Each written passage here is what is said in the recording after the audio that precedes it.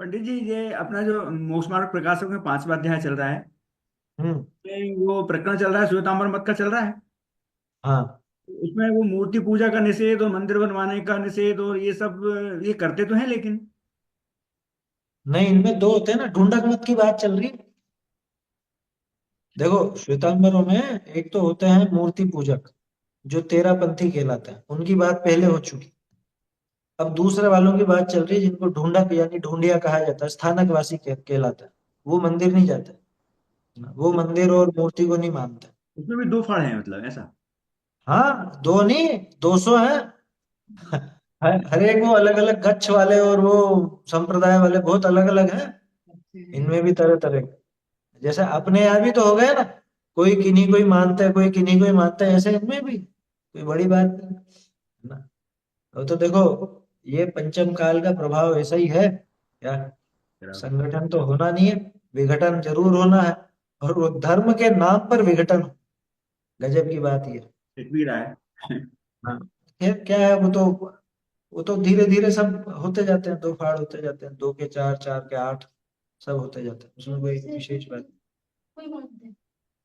हाँ, बहुत से ऐसे हैं, जैसे अपने यहाँ है कि नहीं, 13 पंथी और 20 पंथी। अब कुछ ऐसे भी हैं जो दोनों में ही जाते हैं, तो ऐसे उनमें भी हैं जो दोनों में ही चल जाते हैं। जो दृढ़ नहीं है, जिनके कोई विशेष ऐसी दृढ़ता नहीं है, दोनों जगह जाते हैं।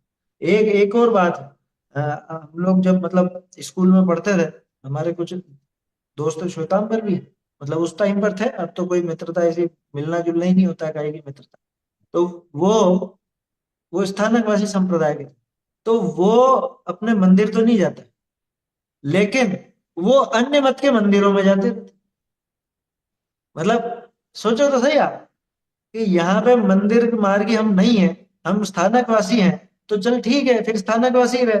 तो यहाँ के मंदिर में नहीं जाता और दुनिया भर के मंदिरों में पूजता रहता है, उनको ढोकता रहता है, ये कहाँ की समझदारी। ऐसे ऐसे बहुत से लोग हैं, है ना। तो खैर, ये तो विडंबना है। ये इस काल का दोष तो अपन कह देते हैं। काल का क्या दोष है, तो जीव के परिणामों का दोष है। इस काल में इस तरह के जीव ही पैदा होते हैं, जिनके परिणाम ऐसे बिल्कुल चित्र विचित्र होते हैं और दृढ़ता से रहित होते हैं। ना तो कोई दृढ़ता होती है, अरे सही मार्ग मिलता नहीं, पहली बात तो मिल जाए तो उस पर विश्वास नहीं आता, और थोड़ा बहुत ऐसे वैकल्पिक विश्वास भी आए तो दृढ़ता नहीं होती। ऐसे ही लोगों को मुख्य करके टोडरमल जी ने पांचवा छठा अधिकार लिखा है। ऐसा है। बोलिए, और कुछ हो, कुछ बात हो तो।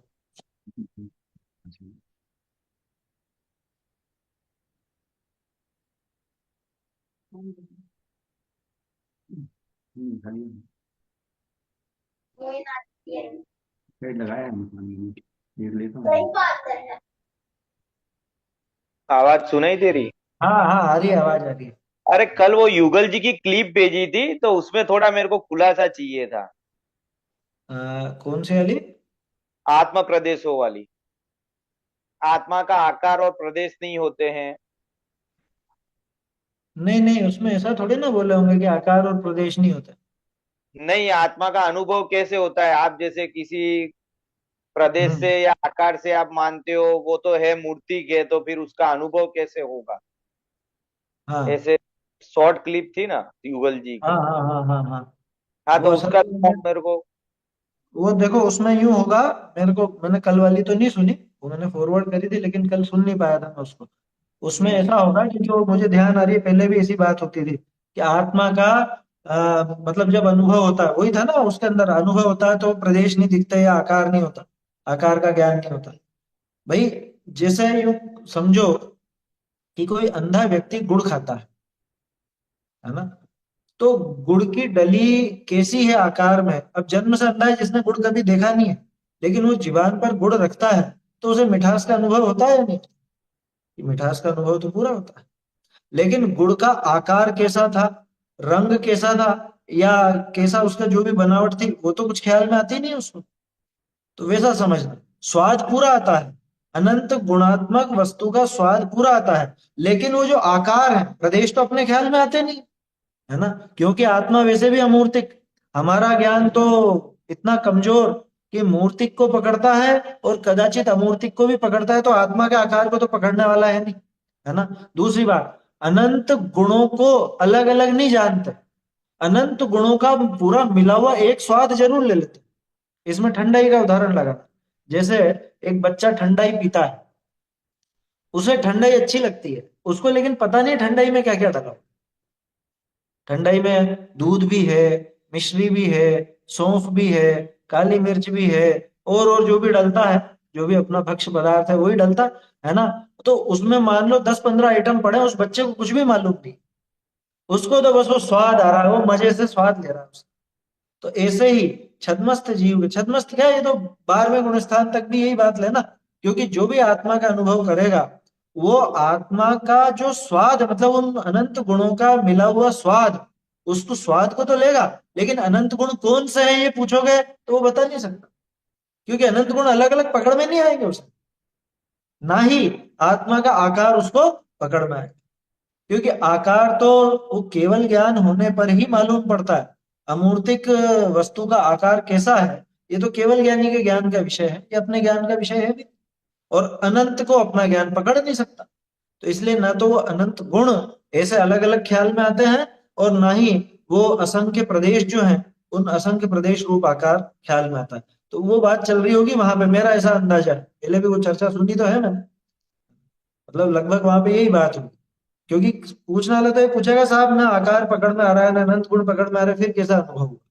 कि उस गुड़, गूंगे ने जो गुड़ खाया है ना, गूंगे ने नहीं, अंधे ने, अंधे ने जो गुड़ खाया, वो उस गुड़ को देख नहीं रहा है, लेकिन उसका स्वाद पूरा ले।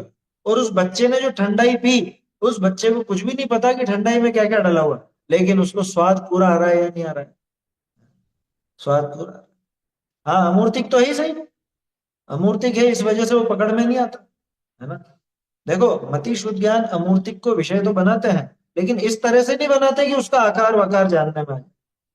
जैसे अपन अपने आत्मा को जाने, तो वो शुद्ध ज्ञान के आधार से ही जानते हैं।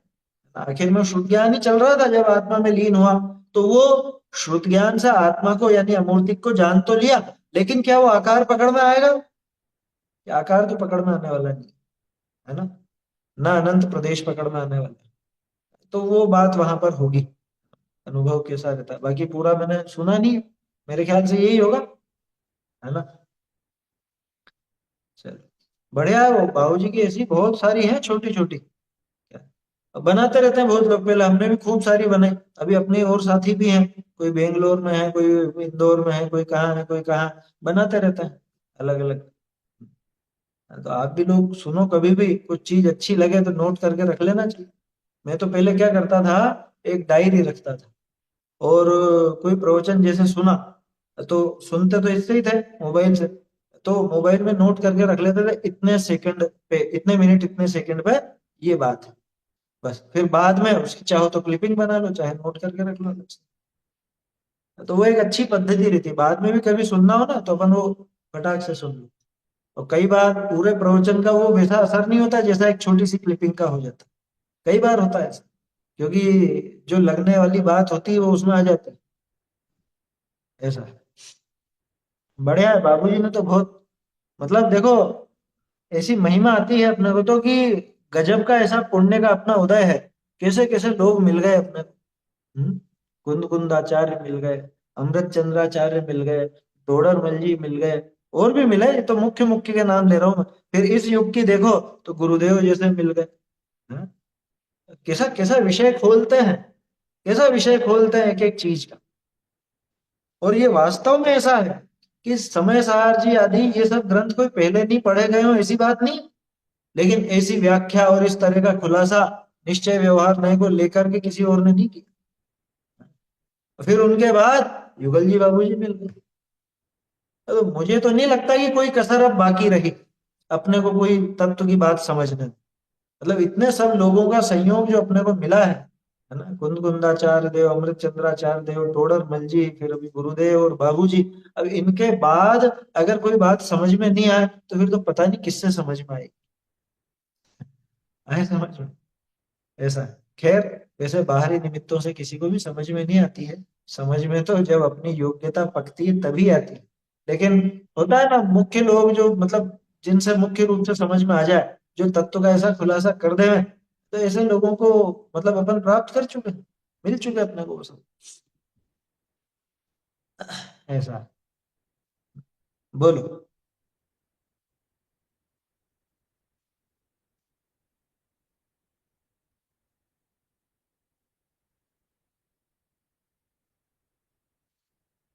ठीक है ना, और कुछ है क्या बात?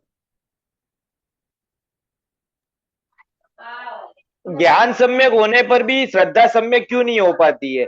जैसे हमें आत्मा का तो पूरा हमें पता है कि आत्मा मूर्ति के, आत्मा ज्ञान स्वभावी है, आत्मा के अंदर इतने गुण पड़े हुए हैं, आत्मा के अंदर सब कुछ पड़ा है। अपने को आत्मा का पूरा स्वरूप तो पता है ज्ञान में, लेकिन ऐसा श्रद्धा में अहम क्यों नहीं आ पाता है?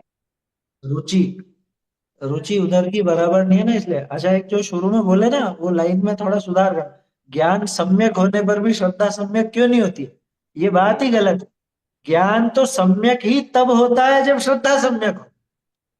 यूं बोलो कि सही सही अपने को बातें जानने में आ गई, मतलब जो सम्यक दर्शन का आधार बने, वो बातें अपन ने जान ली, उसके बाद भी सम्यक दर्शन क्यों नहीं हो रहा?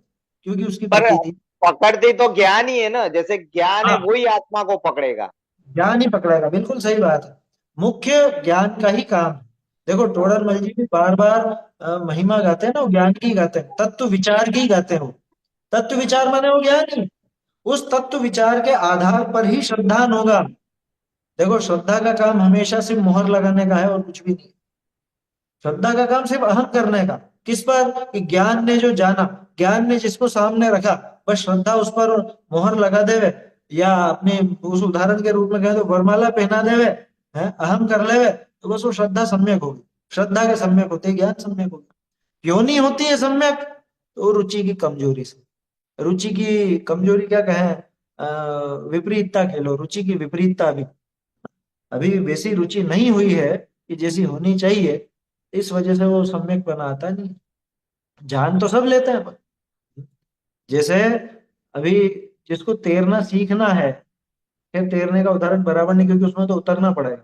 या आप यूं समझ लो, रोटी बनाने का क्या सिस्टम है, ये मैंने पढ़ के जान लिया सब कुछ, है ना। वो कुछ नहीं है, आटे वो डब्बे में से आटा लेना है, आटे को गीला करके गूंथना है, उसके ऐसे ऐसे लोई बनानी है, और फिर बेलना है, और रोटी तवे पे सेकनी है। ये तो है बस, और क्या है रोटी। बनाने बैठे जब, कहाँ से लेना है, कितना लेना है, और क्या लेना है, कुछ भी समझ नहीं पड़ती वहां। कारण ये कोरा वो ऊपरी ऊपरी ज्ञान रहा, है ना। वो कभी उस पर गहराई से ना तो विचार किया, और अगर विचार भी किया तो रुचि वैसी नहीं रही। इसका एक और सटीक उदाहरण बनता है। अ, अभी थोड़े दिन पहले एक बड़े विद्वान का देहांत हुआ, अजैन का। अजैन, लेकिन वो जैन दर्शन के बहुत पारगामी विद्वान थे। आया समझ में? जैन दर्शन के पारगामी विद्वान, अखबारों में लेख भी आते हैं और वो सब भी आते हैं। तो जैसे अपने को तो याद नहीं है, और वो समय सार की कौन सी गाथा में क्या है और वो सब बता देंगे, लेकिन इससे कोई श्रद्धा सम्यक नहीं हो। क्यों? क्योंकि वो ज्ञान की रुचि थी, वो वास्तव में श्रद्धा तो थी नहीं। श्रद्धा तो जो उनका धर्म था, जैसे मान लो ब्राह्मण थे या कुछ भी थे, है ना, तो उनके धर्म के हिसाब से उनकी श्रद्धा थी। ये तो उनके ज्ञान का विलास था थोड़ा। क्या मन रमता था कि हाँ यार, तर्क युक्ति वगैरह ऐसे हैं अच्छे हैं, तो वो जानने का। यूनिवर्सिटी लेवल पे तो बहुत सारे लोग मिलेंगे इस तरह के।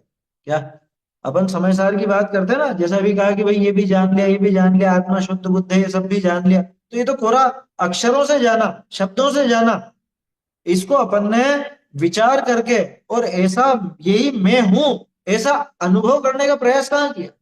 और अनुभव तो चलो आगे की चीज, पहले तो ये अहम। हालांकि जब पहली बार अहम होता है ना, सम्यक दर्शन जब पहली बार होता है, तो वो अनुभव पूर्वक ही होता है। बिना आत्मानुभव के सम्यक दर्शन होगा ही नहीं, है नियम है। नियम है ना। ये अमृत चंद्राचार्य ने लिखा। 13वीं गाथा है ना, 13वीं गाथा की टीका में, या तो अनुभूति, या तो क्या लिखा वो, या तो अनुभूति से सम्यक दर्शनम है, ऐसा लिखा कि जो ये चैतन्य की अनुभूति है, वही सम्यक दर्शन, मतलब अनुभव के बिना होगा नहीं। तो कोरा अपन ऊपर ऊपर की बातें कर लें, उतने से तो सम्यक दर्शन होता नहीं। वो बातों के साथ साथ स्वयं को वैसा ही माने, वैसा अनुभव करने का प्रयास करे तो सम्यक दर्शन हो। हम्म? श्रद्धा का काम अहम करने का, जैसा अपने नाम के साथ अहम पड़ा हुआ है। अभी 20 जने लाइन से सो रहे हो हॉल में। अपन लोग जब शिविर लगता था तो वो बाबूए हॉल में या नीचे उधर लाइब्रेरी में वहां सब लाइन से सोते थे। अब वहां सब इतने जने सो रहे हैं और नाम लिया कि रितेश, तो कौन खड़ा होगा 20 में से? कि रितेश ही खड़ा होगा। अच्छा ये बताओ, सबको सुनाई दिया कि नहीं? ये सुनाई तो सबको दिया। कैसे कह सकते हो सबको सुनाई दिया? कि अगला नाम लिया विक्रांत, तो कौन खड़ा होगा? कि फिर विक्रांत खड़ा होगा, फिर रितेश खड़ा नहीं होगा। तो सुनाई तो सबको दे रहा था, लेकिन जिसका उस नाम में अहम पड़ा था वही खड़ा हुआ तत्काल। हम्म, समझ में आ रही है बात? ऐसा है। तो वो जानने मात्र से कुछ नहीं हुआ, अहम किसके साथ पड़ा। अब नाम अपना अपन रोज रोज दोहराते नहीं है, है ना? कि मेरा नाम ये है, ऐसा कितनी बार दोहराते हैं दिन भर में? अपन नहीं दोहराते। लेकिन उसमें अहम कैसा पड़ा कि नींद में भी कोई ऐसा नाम ले तो अपन खड़े हो जाते, या अपना नाम सुनाई दे तो अपने कान खड़े हो जाते कि हमारे लिए क्या बात कर है। समझ? ऐसा अहम अपने उस आत्म स्वरूप के साथ, जिसका ये ज्ञान ने खूब अभ्यास किया, ऐसा अहम आत्म स्वरूप के साथ पढ़े तो सम्यक दर्शन हो जाए। और टोडरमल जी ने तो विधि बता रखी है कि इसका मुख्य कर्तव्य तो तत्व विचार का है, तत्व अभ्यास का है। अपन तो वो करो और गहराई से करो। टोडरमल जी ने एक और शब्द लिया, 262 पेज पे लिखा, तद्रूप होकर। क्या? अपने उपयोग को तद्रूप होकर उस चिंतन में लगा। ये बस अपन इससे ज्यादा और कुछ नहीं कर सकते। बाकी काम कर्मों में अपने आप हो जाएगा, है ना? इधर तो तद्रूप होकर के उस चिंतन में लगे, और इधर अपने आप ही वो इसके दर्शन होने का जो भी होना है, उपशम ही होगा सबसे पहले तो। उपशम होता है, अथवा पहले उपशम हो चुका हो तो कभी क्षय उपशम हो जाता है। तो ये तो तद्रूप होकर उस चिंतन में लगे, तत्व विचार में लगे, और ये कर्मों का ऐसा बनाव बनेगा, और ये तत्काल सम्यक दर्शन आएगा। और कुछ भी नहीं उसमें, और कोई विधि है ही नहीं। तो क्यों नहीं हुआ ये सब जानने पर भी, अगर अपन अपने अपनी तरफ से कहें तो भाई रुचि की विपरीतता से, या जैसा भी अपन ने देखा, वो टोडरमल जी ने जो कहा कि तद्रूप होकर वहां पे विचार नहीं चल रहा है। कर्मों की तरफ से देखें तो अभी वो क्षयोपशम या उपशम नहीं हुआ, ऐसा है ना? तो कर्मों की तरफ से देखने का तो कोई मतलब है नहीं। क्यों नहीं है? क्योंकि उनमें हम कुछ कर भी नहीं सकते। कि मैं पकड़ करके दर्शन मुनि का उपशम करा दूंगा, नहीं कर सकता, 3 काल में नहीं कर सकता।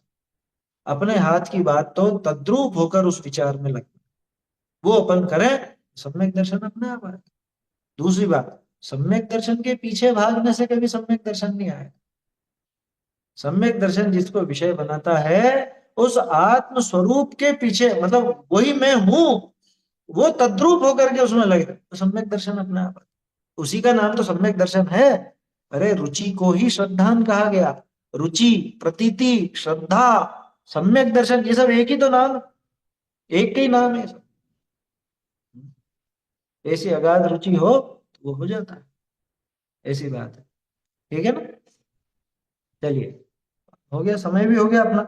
हाँ, अच्छा है ये, रविवार को थोड़ी बहुत ऐसी चर्चाएं हो जाए ना तो अच्छा रहता है थोड़ा, और भी खुलासा भी होता है और नई बात भी निकलती है विचार करने की।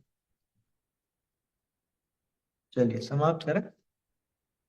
चैतन्य का स्मरण प्रतिक्षण ही करो रे, भव के अनंत दुख को क्षण में हरो रे, अक्षय अनंत निज सौख्य निधान पाओ, गाओ अरे नित इसी के गीत गाओ, परम जननी धर्म कथनी भवानव पार को तरनी, अनक्षरी घोष आपत की, अक्षर जुत गण धरो वरनी, निखेपो नयन जो गनिते भविन को, तत्व अनुसरणी, वितरणी शुद्ध दर्शन की, मिथ्यातम मोह की हरणी, परम जननी धर्म कथनी भवानव पार को तरनी। मुकत मंदिर के चढ़ने को सुगम सी सरलनी सरणी। अंधेरे कूप में परता जगत उद्धार की करणी।